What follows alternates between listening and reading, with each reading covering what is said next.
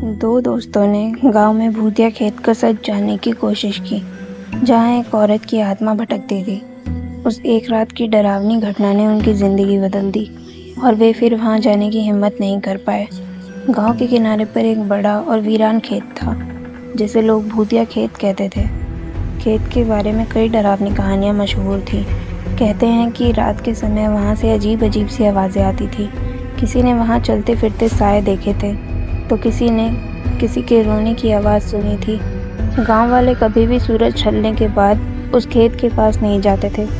एक बार गांव के दो दोस्त अर्जुन और रोहित ने फैसला किया कि वे उस भूतिया खेत की सच्चाई का पता लगाएंगे।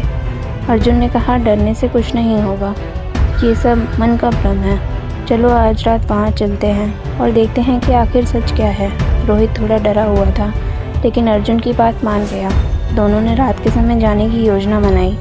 अंधेरी रात थी और आसमान में चांद के अलावा कोई रोशनी नहीं थी। दोनों अपने हाथों में टॉर्च लेकर खेत की ओर चल पड़े और जैसे ही वे खेत के करीब पहुंचे, हवा अचानक तेज हो गई। खेत के पेड़ों की पत्तियों एक अजीब तरह की सरसराहट करने लगी। रोहित ने अर्जुन से कहा, यार मुझे कुछ ठीक नहीं लग रहा, चल वापस चलते हैं। अर्जुन ने उसे हिम्मत बढ़ाते हुए कहा, डर मत, कुछ नहीं होगा, बस थोड़ी देर देखते हैं और फिर वापस चल लेंगे। दोनों ने खेत के अंदर कदम रखा। चारों तरफ सन्नाटा था, लेकिन बीच बीच में अजीब सी आवाज़ें सुनाई दे रही थी, जैसे कोई धीरे धीरे कराह रहा हो। अचानक उनकी टॉर्च की रोशनी एक पुराने कुएं पर पड़ी। कुआं बहुत पुराना और टूटा हुआ था। अर्जुन ने कहा, कहते हैं इस कुएं में एक औरत ने कूदकर आत्महत्या कर ली थी। शायद इसी वजह से लोग इसे भूतिया कहते हैं। जैसे ही अर्जुन ने ये कहा, उन्हें कुएं के पास से किसी के रोने की आवाज़ सुनाई दी। दोनों ने दौड़ते हुए टॉर्च की रोशनी उस दिशा में दी, लेकिन वहाँ कुछ नहीं था। तभी हवा और तेज हो गई और रोने की आवाज़ और ज़ोर से आने लगी। अचानक एक सफ़ेद साया कुएं के पास से उड़ता हुआ दिखाई दिया। वो साया धीरे धीरे उनकी ओर बढ़ने लगा। दोनों का खून जम सा गया। रोहित ने चिल्लाते हुए कहा, भागो अर्जुन, लेकिन अर्जुन के पैर जैसे जकड़ गए थे। उसकी आंखें उस साए पर टिकी हुई थी। साया अब उनके बिल्कुल पास था। वो एक औरत थी। उसका बाल बिखरे हुए थे और आंखें खून जैसी लाल थीं। उसने कराहते हुए कहा, तुम यहाँ क्यों आए हो? यह मेरी जगह है। रोहित ने हिम्मत जुटाई और अर्जुन को खींचकर खेत से बाहर की ओर दौड़ने लगा।